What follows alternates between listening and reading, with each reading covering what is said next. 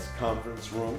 And with us today, we have a very distinguished guest. We have with us Brendan Adams. Yes. And Brendan Adams is very distinguished because he's doing something that not too many people would do. He has been inspired, interestingly enough, by the Goerge Floyd killing in Minnesota and the Elija McClain killing in Aurora, Colorado, to walk as part of a protest that he hoped is publicized to bring even more awareness to social injustice across the country. And so tell us in your own words, what was it that inspired you to walk? Why walk as protest? Because I don't like walking. And I wanted to choose something that I'm not used to. I run and I go to the gym, but not walking. And but when I was in my living room, and somebody forwarded me tagged me in this social on Facebook, the death of Goerge Floyd, and I'm sitting there and I'm like, wow, is this real or is it a movie? It looks like a movie. It can't be real, right? And it brought me back to the days of the apartheid years in South Africa. You're originally from South Africa? And I was born and raised there, and I went through some struggles over there, racially profiling, saw deaths as a child that any child should not see. Why must your friend die because of his skin color? And I moved to America for a better living, for a better education. How long have you been here? For the past 16, 17 years. Been married for 20 years. But then I see this and it's like, wow, America is worse than South Africa. Can it be true? You know, because this is not the first death we've been seeing in this way. Right in St. Paul, 4 years ago, we had another killing, and then in North Minneapolis, there was a big, the guy was actually running away and he got shot in the back, you know, by police, and I believe something similar happened in this town. Yes, unfortunately. As well. So I decided as a black man, what can I do more, what can I do better to show that there needs to be justice and peace for all, for everybody. Well, you certainly evoke a lot of questions. And the first question we want to ask is, who is this gentleman to your left? I mean, is he walking with you? Heck no. No, you know, I've done a lot of driving jobs. My name is Lonnie Lowe. I've done a lot of driving jobs in my day. And, you know, he had, so originally he, let's just go back before the walk even started, maybe 3 weeks ago or so.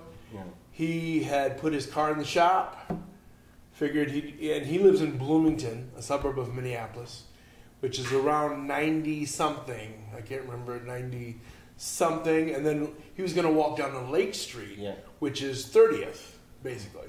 So we're talking 60-some blocks. Yeah. And so as he's walking, he's going Facebook Live. He's just talking about a lot of different things. Yeah. And he starts talking about wanting to walk. And this is something that he had thought about doing like 5 years ago, but it just didn't materialize. So now as he's walking, he's thinking, this is the right time to do it. Some things have happened. You know, this country has gone through a lot of different things just in the last couple months, let alone the pandemic that we're in. But then with the rioting and the protests, it's spread all over the world. They stand in support. When they did Al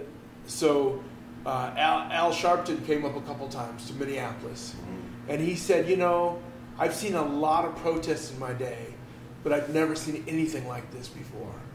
I mean, he said, I'm seeing all different kinds of races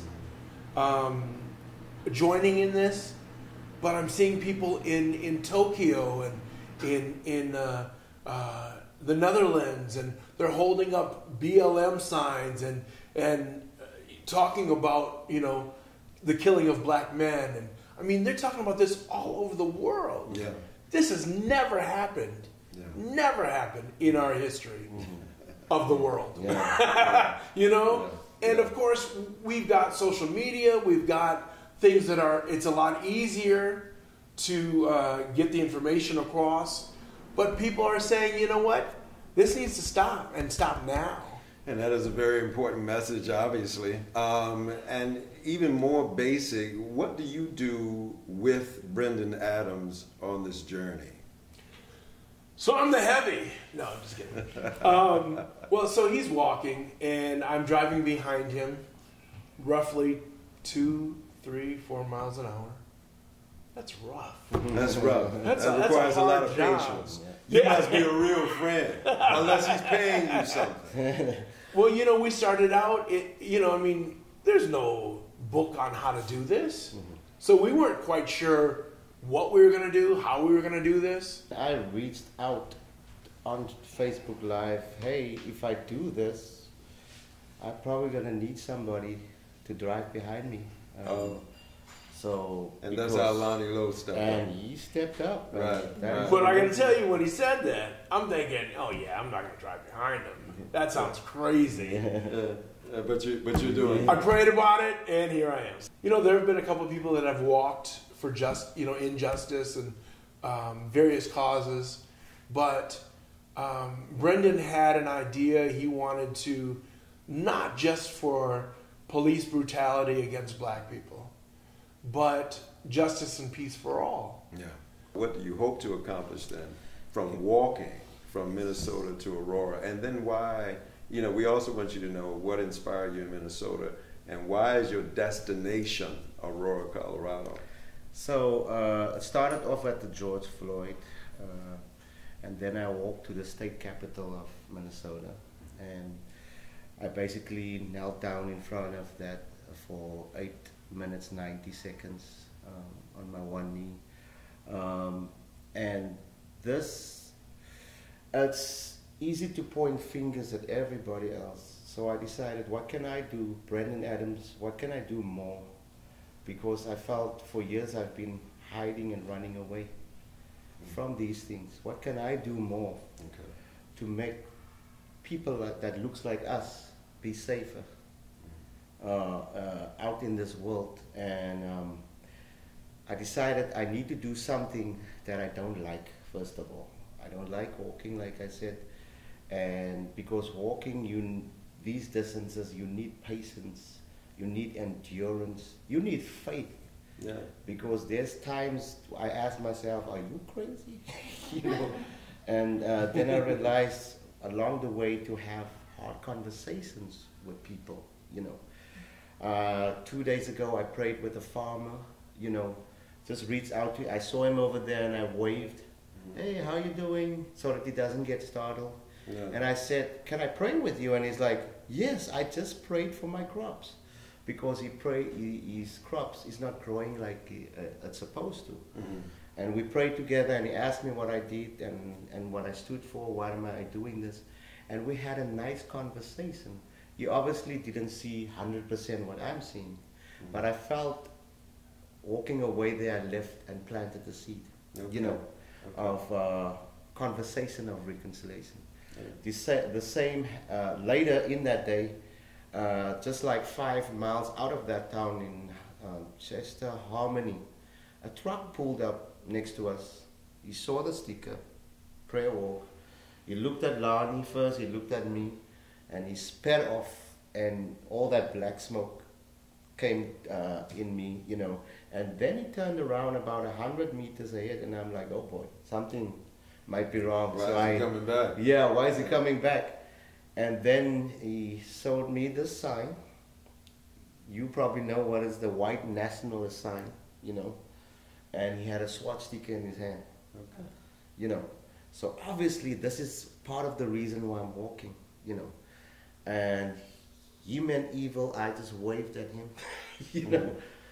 because I'm walking and praying in peace, Yesterday I walked up to a church in Waverly.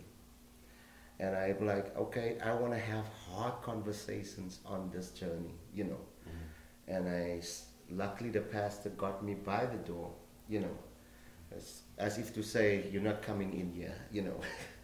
I saw that immediately, and I explained to him, I don't want to startle you, but this is who I am and this is what I'm doing. And I asked him, what did you think when you saw the death of Goerge Floyd? And without hesitation, he said, well, everybody dies. Mm. That seems kind of callous. Yeah. And I looked at the church, and I looked at him again. Aren't we supposed to be God's children, first of all? Don't you see that? Where's the love? What happened to the love? You know. And I said, okay. And I asked him later down the conversation, now, what do you see when you see me? I see a man. And so I purposely asked, do you see color? Mm. And he said, no. And I said, Pastor, please, don't tell me that you don't see color, you know. Yeah. And we had a further conversation, but I planted a seed there, and I said, is there any people of color in your church? And he said, well, here's a few Africans and a few Latinos, and do you cater for them? There was no answer. And how many staff do you have in the church? So I asked him, is there anybody on that staff that's people of color? And he said no. And I said, thank you, now I planted the seed. You need to hire somebody of color. You know, that's interesting, because one of the things in human rights that we're working on right now, we're championing racial equity toolkit analyses across the city and hopefully across the Cedar Valley. And so this notion that you're using the walk, the journey, you know, to interact with different people that you might interact with on the journey, to encourage them to learn more about diversity, about racial equity, these kinds of things, and the risks that you're taking, because sometimes you run into people who are representative of the KKK, perhaps, like you did, right? That happened. Yeah, I clearly was called to do this. I had a Jacob moment, and where I wrestled. No way. If I speak this in the atmosphere, I know myself. I'm gonna have to fulfill it, you know. And I mentioned it, and here I am, 225 miles later in 6 days. Yeah. You know, and the journey continues. You know, there's still going to be the hard conversations on this journey. But I'm prayed up and I'm ready for whatever comes. You know. I'm willing to lay my life on the line. I'm not scared to say that. I'm truly willing to lay my life on the line. I am 46 years old. I want to get to a point where people die for this cause, and you know that, you know, we get Dr. Martin Luther King, you get Nelson Mandela, that walked this long road of freedom, and they die for this cause. And there's people dying now for this cause. When is it going to end? When are we all going to wake up that, unfortunately, we do need to do more? Okay, well, let's do this. There's no question about it, and you're so inspiring in terms of what you're doing. We want to engage in this round of rapid fire questions, and we want you to try to answer each question in about 30, 45 seconds, okay? Let's see where this takes us. And of course, we want to open up the room for anyone to ask questions as well. Okay, so how many miles do you walk a day? I started off with 51 miles. That was crazy. Now I'm doing at least a marathon a day. I did about 28 miles today getting here. Wow. So, Okay, fabulous. And how many miles have you already walked? Up to date, just over 230 miles. Okay. In 6 days. In 6 days? Yeah. That's impressive. What did you have to give your wife in order to allow you to do this? Man, I went to her, Reverend, and I explained to her this crazy idea. And she said, you are crazy. But I'm going to be 100% behind you. Okay, fabulous. You wear compression socks. Can you stand up so we can capture this on I'll camera? stand on there. All right. So I know it's tough walking, but you're cheating because you're wearing compression socks and some other stuff. Yes. Does that help? It helps a lot. This compression socks, the compression pants, it keeps my muscles warm, and it, the socks especially helps with blisters and stuff like that. So. Do you walk at night? No, I start early and I want to cover during the day. The one thing I'm scared of is the wild animals. So, like 2 days ago, on my way from Denver, I went to Waverly. Yeah. There's this long path, you walk down, and he couldn't follow me. And it was about 10 miles. And something in the bushes, I didn't ask questions, I just ran, And about a few meters down, I turned around and I saw it was a deer.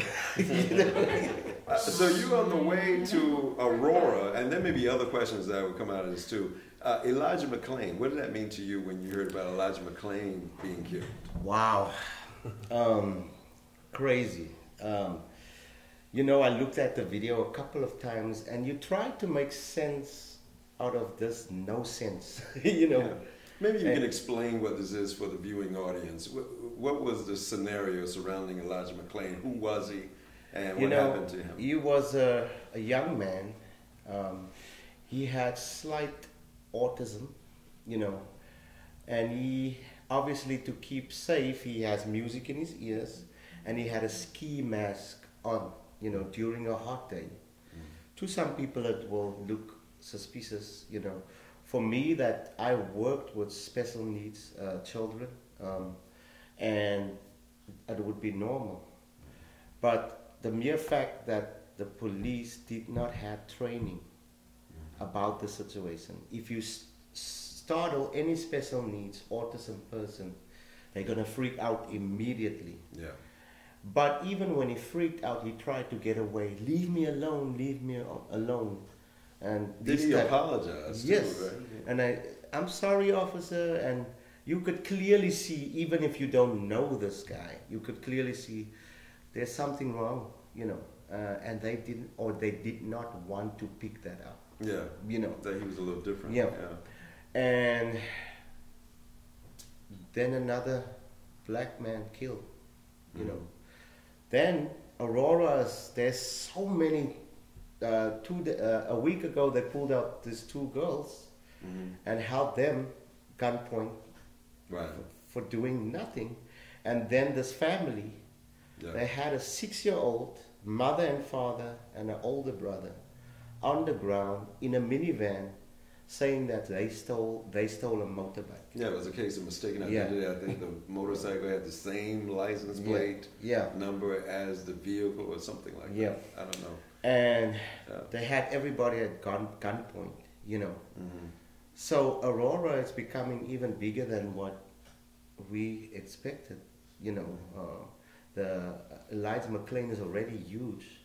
Yeah, Elija McClain was killed before Goerge Floyd, yes, right? a year ago. A year ago. Yeah. And the 27th is the death, the anniversary of his death. Right. So we didn't know about Elija McClain until we learned about Goerge Floyd, and then the killing of Goerge Floyd then all of a sudden encouraged people to unearth other stories about people who died or were killed in unusual ways, and Elija McClain just happened to pop up on everybody's radar screen because I think in part he was autistic, and he was even apologizing while they were brutalizing him. It was a scary scene. What are your needs? I mean, so obviously you're traveling from Minnesota. You've already walked over 200-something miles. You don't do anything at night. You do everything during the day. But I'm certain you must be encountering some needs on this journey, right? Yes, we've got so many ways of giving, but people have been generous. They give. The most we ask for is like, could you pay for our hotel fees? Could you pay for gas and food, and just to get to Aurora, basically, and people have been giving. We are still under budget, but I am I love Jesus, and I run in faith, and so far He's been faithful, and that is amazing. We don't get paid for this. I asked when I prayed about this that I want to suffer through this whole thing. I want to feel pain because somebody died, and I want to feel that pain, and I hope people see the needs, because we definitely have a lot of needs as far as finishing this race, It sounds like a personal spiritual journey, yes. And you have a friend that's helping you accomplish Yes. Something very personal to you.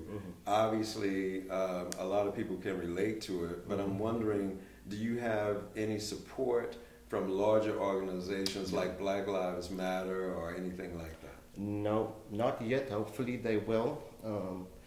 Black Lives Matter. No churches? No churches, no big churches. It's all donations coming from people we meet on the way, and people back home in Minneapolis, but no real. This is the first, third interview, but this is the first we really sat down and been interviewed. This is his first sit-down interview at the World Commission on Human Rights. Yeah. So, in a sense, we look at it as a mission trip. We're trying to talk to people about a lot of different things, but also hear their story. We're praying with people. We had a woman that had, a Great Dane and 3 Great Dane puppies she was trying to sell. So, we were joking around with her and this and that, but then, we started kind of just talking to her and finding out what her life has been like. And she really opened up and started talking about, both her mother and father are substance abusers, still are. So she grew up in that. And she was saying, not too long ago, she tried to commit suicide. And she said, I don't want to. I want my life to be better. She's got 3 daughters. She wants their life to be better. Yeah. So, we talked to her for a little bit, and we prayed with her, and you could just tell, you can tell when somebody's sincere. Yeah. She just wants to break that curse, that generational, that hits so many of us in this country. Yeah.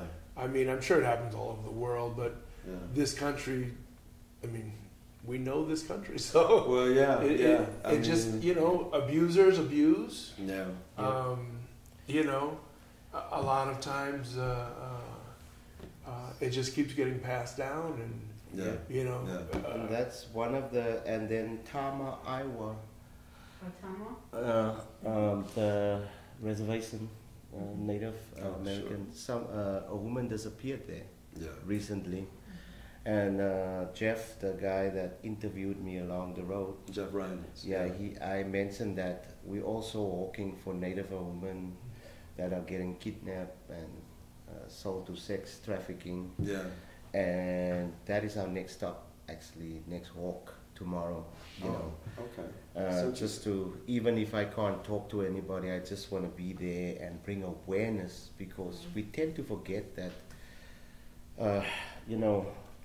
there's people out there that suffers, and basically what you are doing, and on the road, and bring awareness. This happened to this woman. Please pray for this camp. Right. Bring awareness. Make sure that you mention the name. Tell somebody about it. Yeah. And rape and abuse of women and children on a daily basis. And it's become so normal that another woman got raped. Wow, sorry. Until it happened to us. Right. I think that we have a great opportunity while talking about COVID-19, the pandemic, the virus of racism, that we also, while we talk about Black Lives Matter, we also have a grand opportunity to also talk about the Poor People's Campaign. Yeah. It was the unfinished work of the Reverend Dr. Martin Luther King. It's much more inclusive, I think. Wow. Because, while we know there are a lot of people that die because of police brutality, there are several people that die every year, though, black and white, male and female, who don't have health insurance. Sure. And we think that that is a very violent situation going on within the United States on a regular and consistent basis that does not receive the fanfare that police brutality and that kind of stuff have. I want to ask if anybody who is in the audience has any questions. Any questions, burning questions that were on your mind as you were listening to Brendan Adams? A plan? I mean, so when do you expect to be in Aurora, or are you just winging it? As long as I do 850 miles, no matter where, we're working our way to the Quad Cities. By then I will probably have about 400 miles, then to Des Moines. Hopefully I will have at least over 500, and then I'll start my way to Aurora. Okay, because you're not going in a straight line. No. No, you're kind of. That was the that was the plan at first, but then we saw it necessary to interact with various towns and cities in Iowa, because some people reached out to us too, but also some relationships that Brandon had. Yes, with at Luther College and in Waverly, and so I mean, you want to connect with those people that you have relationships with, right. because then you end up meeting more people and kind of expanding that circle of people that you could potentially have support from, but also be allies in the walk. And everybody wants the big cities. That's the most problems. The bigger, the more problems. But we tend to forget these towns. Right. So we want to make sure that we reach out. Like I said, when I started this journey, I prayed to be uncomfortable. I want to feel pain. In fact, you want to carry your cross. Yes. 2 days ago, I had to walk on rocks, like hard rock. And I was in pain, like serious pain. I'm a singer, so I started singing, and I forgot about what's going on. And then people would tune in on Facebook with me and come live on, and they would, encourage me and stuff like that. And then I forget. Before you know it, then I'm 5 miles out of the town. I'm like, that went well. So. We want to bring awareness to all, wherever we go. If we, I didn't even know about this Native woman that disappeared. I found out today. So about a marathon before I will get out of the car and start walking, and want to reach that camp, because then now my focus is on all that ladies that are disappearing. Yeah. So as I go on Facebook, I mention, this is where I'm at, this is where we're going to go, and this is what it's about. Sex trafficking is a big issue here as well. Yeah. And Iowa, unfortunately, is kind of like one of the key places through which people flow. I'm a fan of human rights. That is more important to this whole thing. And I'm ready, I'm excited about walking tomorrow. That's how I think, I want to get till tomorrow, because then I'm marching for something else. At night I'm in pain asking. At night, but when I get up in the morning, I just go again, and that's what it's about. He listed some issues on the page, and glad that you brought up the sex trafficking, and the whole politicizing of COVID-19 and the masks. Do you wear one? Is it a hoax? Yet People many people are dying. Some people have died. Yeah. And so, but we also wanted to have people post those issues that are close to them, that they're passionate about, because it's important that as we walk together, what are your concerns? What are the things that you want us to pray about or pray over? I got a message the other day about just the treatment of veterans. I mean, it's appalling. Yeah. I mean, over years. I mean, especially you could say after like Vietnam. I mean, how a lot of them went homeless and they weren't treated. People spit on them, and I mean, even after Desert Storm and Afghanistan. I mean, things are going on. They're going to serve for their country. Yeah. And they come back. Yeah. What's And the Facebook page that we can follow too? fabulous. The number 2Gether we walk. Okay. Yeah. Number 2, Together. and then Together we walk. So. You writing that? Together we walk. Okay. Yeah. Together we walk. Yes. Together we walk. Keegan, do you have a question? Not comment? particularly. I guess you talking about your accomplishments, what you've done, you pray with people, you've talked with people. Is there anything, you're talking about kind of your purpose, right? What you, is there a broader mission to this? Is there an overarching purpose that's bigger than the individual interactions that you have? The main purpose is to bring awareness of what is going on in America, the land of the free. I am not free yet. I've never been free here. I moved here to be free. I haven't seen it yet. And it's all because of my skin color. And that is the reality. I've been peaceful, and I'll still be peaceful.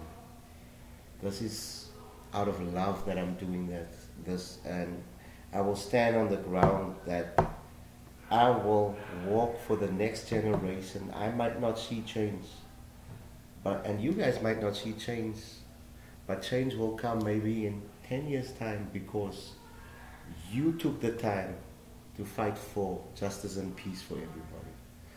I don't want to just talk about it. I want to walk about it, And that's what I'm doing. I want to make sure that I don't like to be seen in this, whatever this is. I've been in reconciliation all my life. I've got a music group, 12-piece band, and they do music of the history of South Africa, and we do educate a lot of colleges in the United States about how to move and talk about reconciliation. It looks very good on paper, right? Always, yeah, but nobody wants to dig a little. As soon as you dig, I remember standing at Goerge Floyd, Black Lives Matter. In South Africa, we used to say an injury to one is an injury to all, because I've seen that. I've seen as an 8-year-old child my friend getting killed right next to me, because he was a different skin color as that police officer.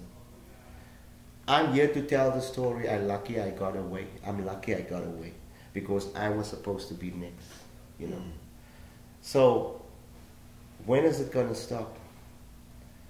I need to do better, and I'm pushing myself so that my son and the next generation of people of color are getting treated better. Racism won't stop. It will never stop. Unfortunately, that's the reality, and we all need to know that. But it starts with you and me. It starts with conversations. And it's important to have that difficult conversation. Somebody called me and said, if you don't stop what you're doing, I will stop giving money to your organization. And I'm like, okay. Well, God, thank you very much. Thank you for making me feel like a house slave. I'm okay to sit at your table, but as soon as I do something that you don't like, you're gonna cut me off. I'm okay with that. I don't, yes, we need money, but that's, if your intention was to pay something to talk about reconciliation that looks good to your eyes, instead of the person that's going through this, then there's something wrong. So thank you very much. Keep your money. I'm moving on, And this is where I'm at in life, He left, many came on board, Wow. So Yeah, that's good. that's just the reality of the story. Well, maybe this is a good place to kind of wrap this up, Yeah. but we're very grateful to have had an opportunity to meet you, Brendan. Yes. Brandon Adams, and of course his partner in crime, Mr. Lonnie. Lonnie Lowe. Yeah. Yes, sir. Yes, sir. Yeah, they got several hundred miles yet to go, but in any way that we can support them on this journey, I hope we can. Monies, conversations, prayers, they could use it all. Together We Walk on Facebook is how we reach out to them. Together We Walk with the number 2. Together We Walk.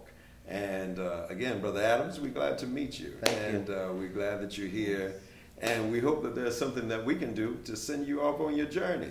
Yes. Yeah, but we're grateful to have met you and you, Brother Lowe, and we hope that Thank you, sir. you will have a safe journey. No more encounters with the KKK, Yes, please. or vice, Deer. or anything like that. So Online, Tyson, yeah. I would like to sing a song real quick, if you don't mind. Okay. It's called Senzenina. It's in my home language, most of it, but it's similar to the song of We Shall Overcome.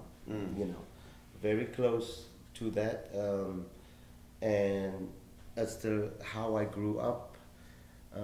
There's one part that goes very deep, but this is how we grew up, and you'll hear it because it's in English, So, Senzenina, Senzenina, Senzenina, Senzenina, Senzenina, Senzenina, Senzenina, Senzenina. What have we done? What have we done?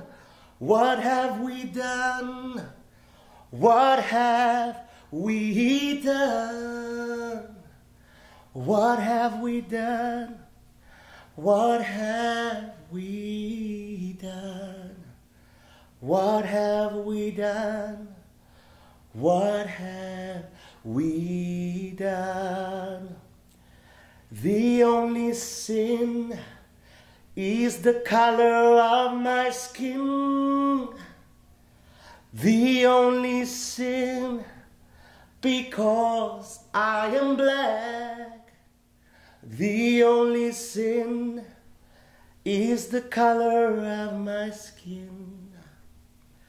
The only sin is the color of my skin. We say Amandla away to Amandla away to Amandla away to Amandla away to Senzenina, Senzenina. Moving forward, the struggle is real. We can overcome because we've been set free. Senzenina, Senzenina. Hey.